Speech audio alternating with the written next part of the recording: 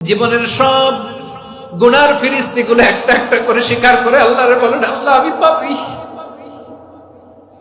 আল্লাহ আমার চেয়ে বড় পাপী এই দুনিয়াতে কেউ নাই, আকাশের নিচে জমিনের উপরে আমার চেয়ে বড় পাপী কেউ নাই।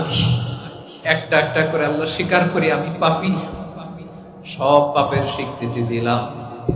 পৃথিবী না জানো আমি তো জানি, আমি কি পাপ করেছি, হায় আমার পাপের করলে বিচার, বাঁচার আমার নাই উপায়।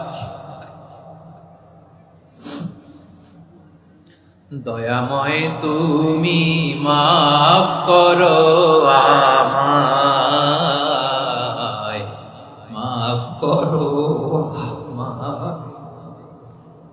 আল্লাহ তাআলা যদি দয়া করে আমাদেরকে মাফ না করে, আমাদের বাঁচার কোনো উপায় নাই।